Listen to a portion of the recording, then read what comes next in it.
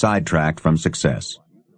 If you want to take charge of your life, to really make the most of what it has to offer, you're listening to the right man with the right ideas. Jim Rohn knows the secrets of success. He has devoted his life to a study of the fundamentals of human behavior and personal motivation. And he can awaken a remarkable power for achievement in you. With his unique style of philosophy, wisdom, wit, and solid common sense, he provides practical information and motivation we can all profit from. In this program, you'll discover the 5 pieces of the life puzzle, a body of knowledge guaranteed to help you achieve your greatest goals. You'll hear the secrets of an effective communicator and learn the leadership skills you'll need to get ahead. Jim Rohn speaks from experience. He has an international reputation as a dynamic, effective public speaker and has conducted workshops on personal development all over. Nice to see all of you. It is a pleasure to have you here. We're going to talk about leadership skills for the 80s. One of the greatest experiences any of us can have is the experience of influence. To persuade somebody that we've got a good idea, or to persuade somebody to buy a product or consider a service. To be able to influence somebody to a way of life, a product, an idea, a company, a corporation, an enterprise. Influence is one of the greatest of life's experiences. And I would like to talk about that in this series of lectures. The chance to influence somebody else, their thinking, their future, maybe their lives, is a great experience. And all the way from being a manager to an executive to being a parent, we all have, in some respects, the chance and the opportunity to influence somebody else. Now, the key is to develop the skills to do it. There's one thing in doing it casually, another thing in doing it haphazardly, and the other is to do it on purpose by learning the skills. And that's what I'd like to cover in this series of lectures. Gathering the skills to help influence people to a way of thinking, to a product, to an idea, to an enterprise, or just to a better life. The skills of leadership. First of all, just in preliminary, let me just give you a list of what I hope you'll find in my series of lectures this time. Here's the list. Number 1, sincerity. To accomplish something, especially in lecturing and listening, we have to start with sincerity. And I would assume you're sincere or you wouldn't be here. You wouldn't have made this effort and pushed past whatever you had to push past to get here. And I can appreciate that. So we first of all start with sincerity, and hopefully you'll find me sincere. I really have come by to bring value for your time and effort and consideration. But I've got a good note for you to make. Sincerity is not a test of truth. Sincerity is not a test of truth. We must not make the mistake of saying he must be right, he's so sincere. And the reason is, it's possible to be sincerely wrong. So we must not mistake sincerity for truth, because it is possible to be sincerely wrong. But hopefully you'll find me both sincere and truthful, because I wish to speak for you the truth. But you have to decide for yourself what is truth. But here's the key. Weigh sincerity on sincerity scales and weigh truth on truth scales. We don't weigh truth on sincerity scales. Next, I hope you'll find in our series 2 major things: ideas plus inspiration. If you want your life to change, here's the source of it all. Ideas plus inspiration. Now, ideas are not that far away. In fact, I've got a good phrase for you to consider. This will serve you well for the rest of your life. Everything you need is within reach. Everything you need is within reach. The ideas you need for life change or business change is within reading reach. It's within listening reach. There's probably a library not too far from you. The problem is, right, there's a library there, but most people drive by. Very few drive in. Poor Andrew Carnegie, right, set up all these libraries across the country thinking everybody would stop by. Saying, no, everybody's going to drive by.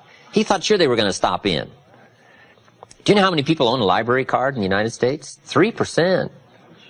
And guess how much they cost? Nothing. Wow. But see, it's within reach. Now, the key is, who's going to reach? There's a simple Bible phrase, and I'm an amateur on the Bible, but here's what it says. If you search, you will find. But it's very important to know that finding is reserved for the searchers. We don't find what we need, we find what we search for. Needing is not the prerequisite to getting value. You can't be a needer, you have to be a searcher. But if you'll search, if you'll try, if you'll go, if you'll listen, ideas are within reach. And ideas are life-changing. There's nothing so powerful as an idea whose time has come. A business idea, a social idea, an investment idea, good health idea. All you need is just the refinement of an idea to make an impact on your life. Gather treasure, gather equity, gather wealth. Because it doesn't take much to make a significant difference as the time passes. You might draw a little circle. This is where you are. 10 years from now you could be here, or 10 years from now you could be here. And the difference in 10 years between here and here could be significant in money and lifestyle, treasures, equity. In 10 years, an incredible difference. But right here, a small difference in the change of discipline, the change of thinking to start you on this journey versus this journey. Now, it's also very important intellectually to know whether or not you're headed this way or this way. And once you decide, 10 years from now, I think that the gathering of my intellectual and personal and spiritual and moral and economic treasure may not be that great, the key is to start right now making these changes to walk this new road. But here's what's exciting to me. Just a few daily disciplines makes a great deal of difference in 1 year, 3 years, 5 years. Just a few daily disciplines. And that's what I'd like to talk about in this series, just these few daily disciplines that make the difference, whether you wind up here or here. Good question. 10 years from now, you will surely arrive. The question is, where? We don't want to kid ourselves about where. We don't want to kid ourselves about the road we're walking. I had a day shortly after I met Mr. Schoaf called Do Not Kid Myself Anymore Day. I don't want to go disillusioned anymore. You know, I was using the cross-finger theory back when I was 25, 24, 23. I finally decided that the cross-finger theory was not going to get me what I wanted. That isn't where the treasure lies. That I'm going to have to make sure which of these ways I'm headed. But a few reading disciplines and a few disciplines of mind and a few disciplines of activity, and you can make all the difference in the world whether you wind up here or whether you wind up here. Okay. But just a few changes. Sometimes we get the idea that we're doing about 10% and there's about 90% more that we need in order to make the difference for our fortune. And probably the opposite is true, right? We're doing enough things to have arrived here today. We're doing enough things to have bought and shared in the good life so far. And maybe all you need is that extra 5%, 10% of intellectual change, activity change, a refinement of discipline, a refinement of thought. And all we need is the ideas to make those simple changes. And the equity starts gathering in 1 year, 3 years, 5 years, 10 years. I have a good comment for your notes. Now's the time to fix the next 10 years. Now's the time to fix it. Now, sometimes you have to come to grips with reality and with truth. That's what was good for me when I met Mr. Schoaf. I was 25 years old. He was 44 years old.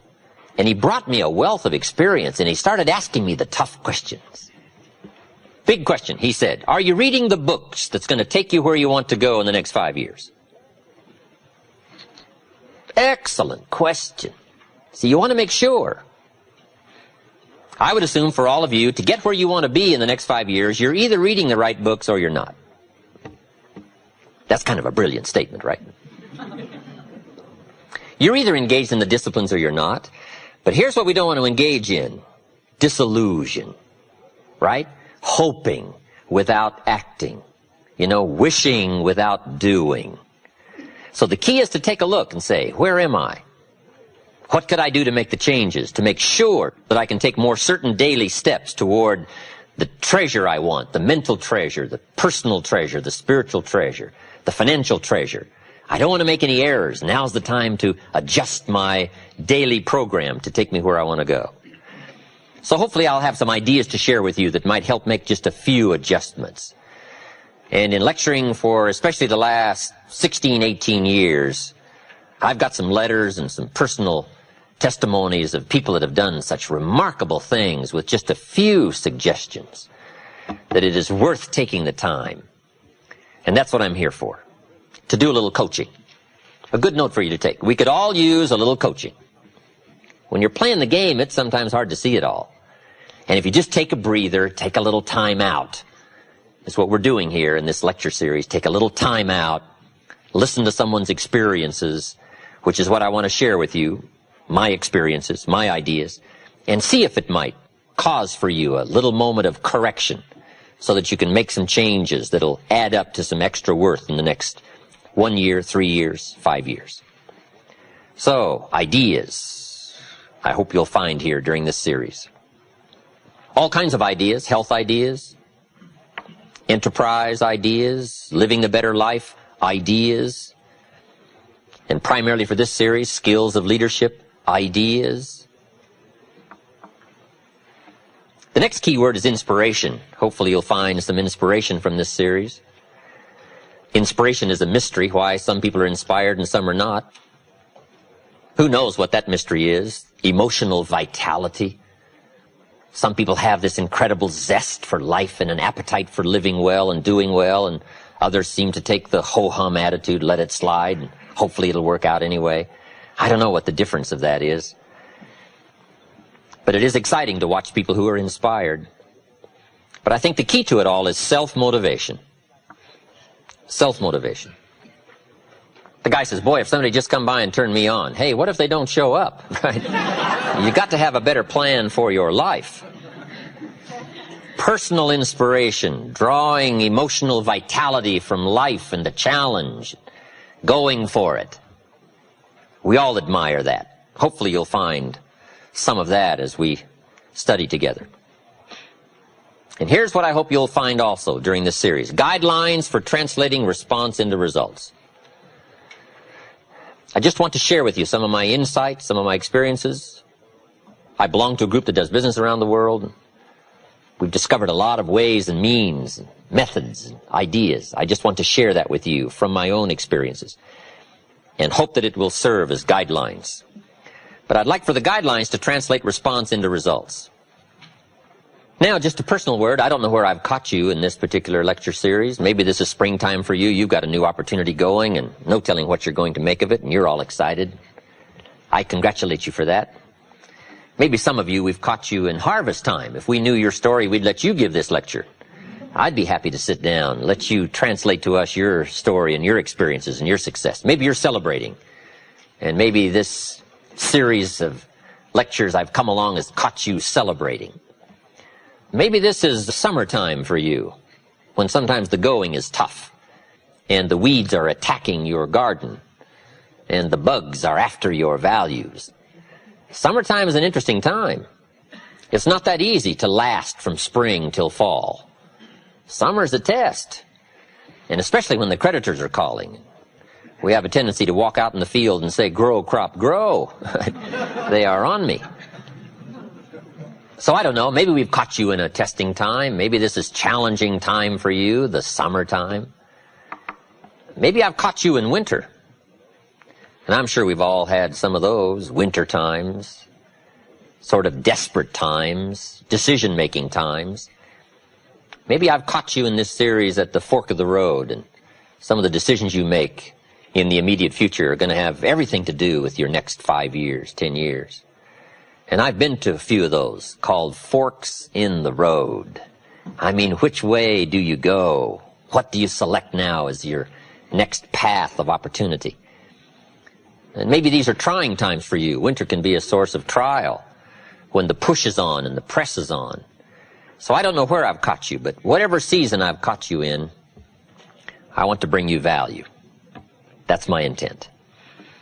And to get the most from this series, let me give you just a quick list. Here's number one, be thankful. I think first of all, to get more, we need to just be thankful for what we already have, especially living in this unbelievable country. In America, we call somebody poor that makes $10,000 a year. I'm sure the rest of the world would find that hard to imagine. Say, why would you call somebody poor that makes $10,000? I don't know. We're such a rich, fabulous country. It's unbelievable. In Bangladesh, the average income is $95 a year. So I'm sure they would find it strange that people would attend lectures on how to do better when probably we're doing better than almost anybody else in the world. I gave a lecture one weekend at our ranch in Clear Lake, California. Nice group of people. I get there a little bit before the Friday evening session, and I can't believe the parking area. Eldorados and Continentals and Mercedes and Ferraris and one Rolls Royce. Unbelievable. And I walk in, and here's this good-looking crowd. And my opening remarks were, ladies and gentlemen, I think the rest of the world would find it strange that we have all come here this weekend to try to figure out how to do better. Surely the rest of the world would say, I don't understand. The man in his Rolls Royce saying, I got to get to the seminar. Find out how to get another one of these. Incredible.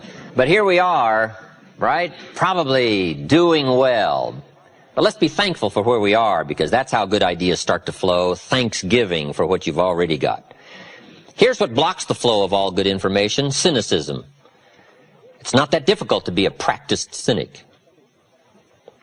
Feeling cynical about circumstances, cynical about place, cynical about opportunities, cynical about people. But if we turn that around, turn cynicism into thanksgiving, now the ideas can flow, information can flow, refinement of ideas can flow. So that's number one, be thankful. Here's number two, be eager to learn.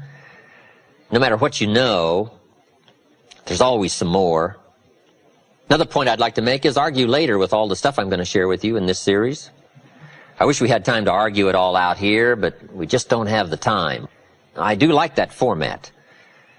There's nothing like a good, powerful discussion to refine an idea. What we want is ideas that pass the test of the tough questions. And it's good to be around people who can ask the tough questions. Debate has a unique way of refining ideas that can become of value.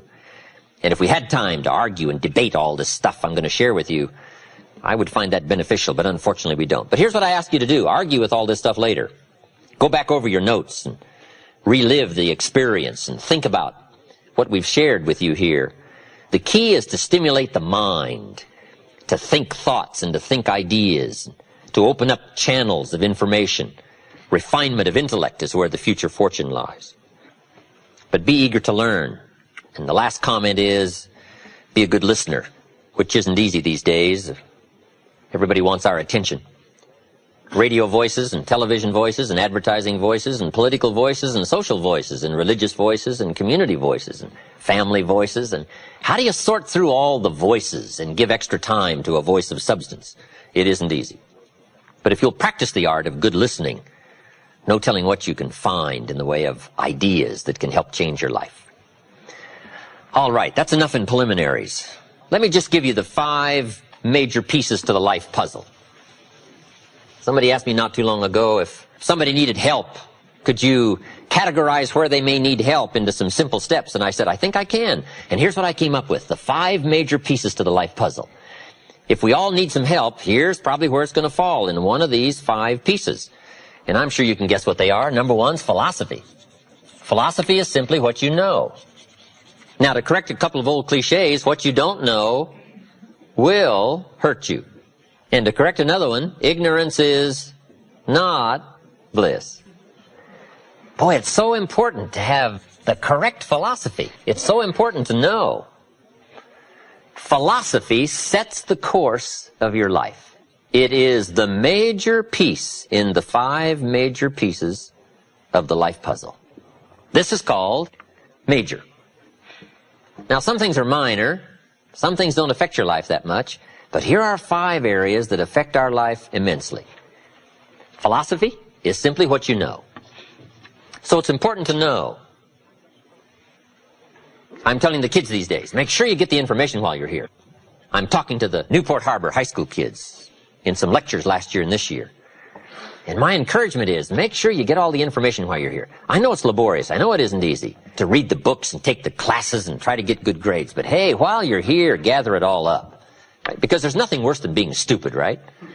Being broke is bad, but being stupid is what's awful. And what's really bad is being broke and stupid, right? There's nothing much worse than that. Unless you're sick. Sick, broke, and stupid, right? We would call that the ultimate low. I don't know anything much worse than that. Well, maybe one more. Ugly, sick, broke, and stupid.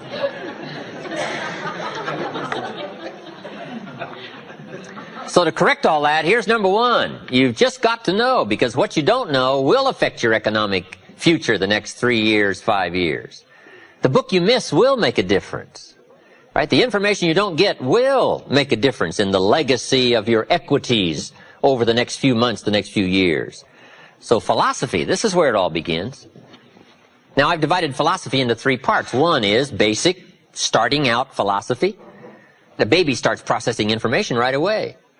Cold is bad, warm is good, hungry is awful, food is terrific. The baby starts reacting and processing information and having certain reactions to it. So our philosophy starts early, gathering information and reacting to it. Next is expanded philosophy. At least enough philosophy to be gainfully employed and offer a value to society and find your place in the marketplace. You know, be a reasonable, decent human being. Expanded philosophy. But now how do you become wealthy and powerful and sophisticated, influential and unique? Simple word, refined philosophy. The refinement of philosophy. The extra studies and the extra books and the extra classes and the extra thinking, the extra pondering, the extra give and take of testing ideas and debate and discussion. That's where the extra life comes from, is in the dimensions of refined philosophy, the extra thinking.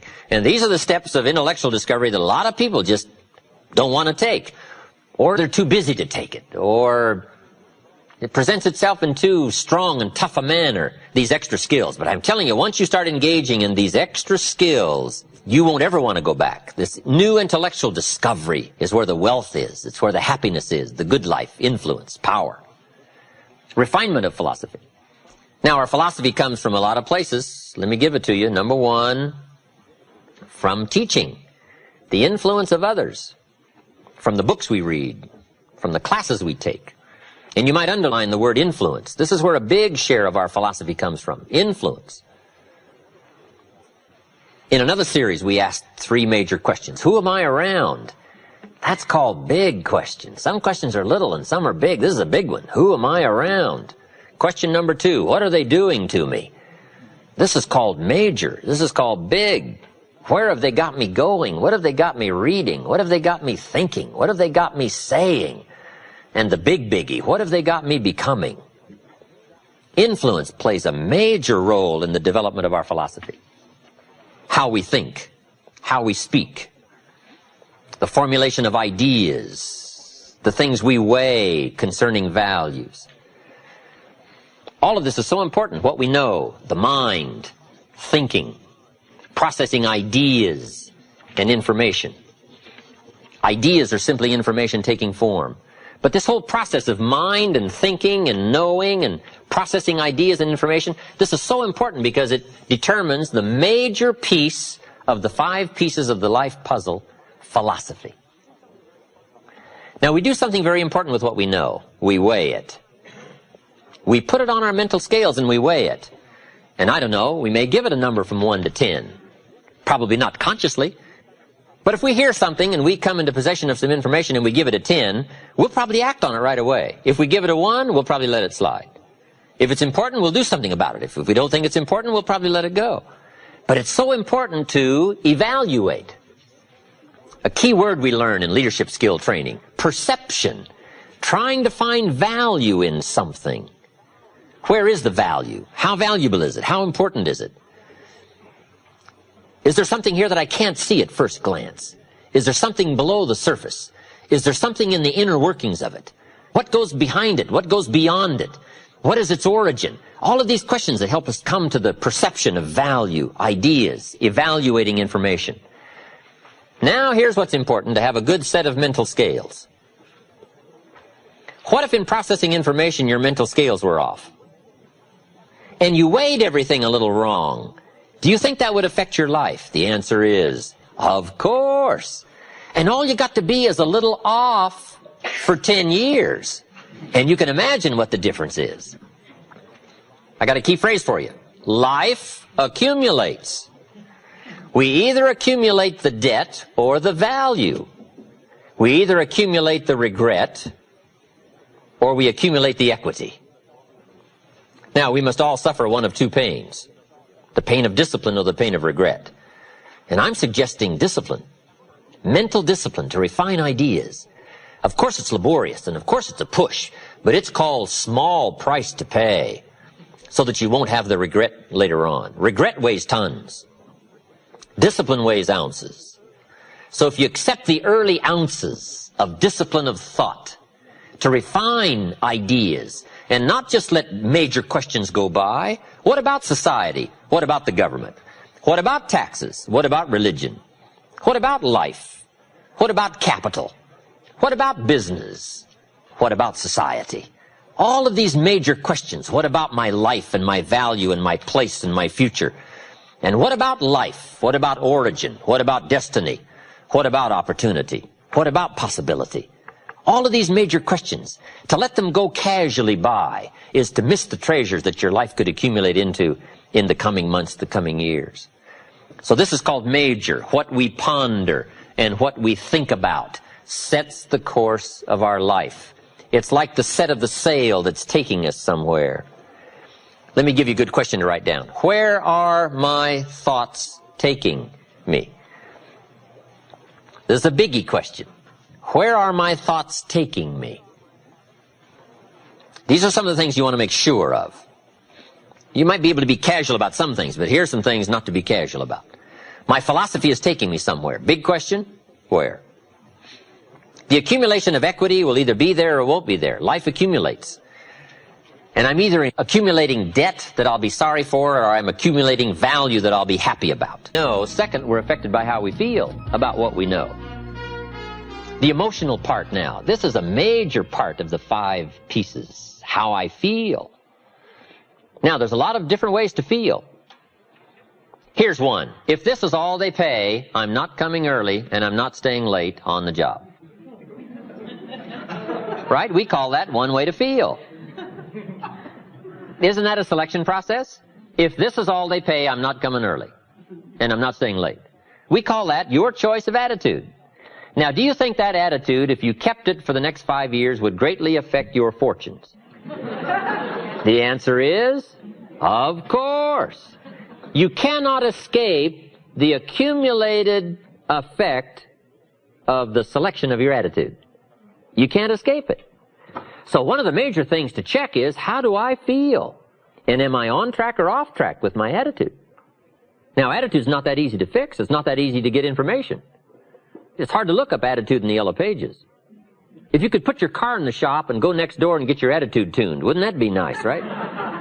But where do you go? How do we engage in the kind of philosophical thinking that will refine our attitude to give us a chance for future fortune rather than what will be missing in the future? So this is big, attitude. Here's another attitude.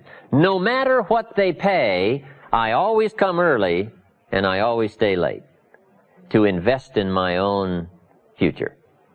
We call that another attitude about the same job.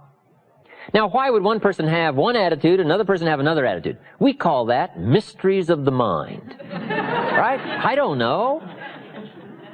Everybody has to choose for themselves. Everybody has to decide by education. Now, if you didn't know what the consequences were going to be, it could be very easy to choose the wrong attitude and not discipline yourself to the right attitude. So a big portion of our life is affected by how we feel. Let me give you just a quick list about the feelings that affect our lives. Number 1, it's how you feel about the past. Boy, it's easy to carry the past as a burden instead of as a school. It's easy to let the past overwhelm you instead of let the past instruct you.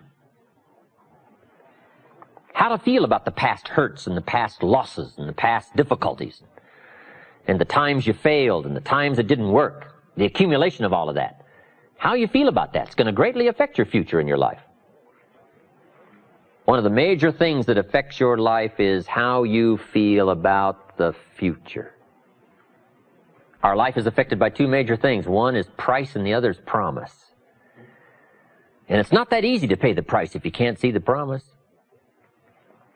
I think kids are having problems these days trying to pay the price because they can't see the promise. But all of us wouldn't mind paying the price if we could have a clear view of tomorrow, next week, next month, next year. If we had the high assurance with great probability of how it's going to work out, do you think we would hesitate to pay? The answer is no. But everybody hesitates to pay if the future isn't clear. So to help the kids these days, we got to do two things. Help them to see the promise and help them pay the price. But we can pay if we can see.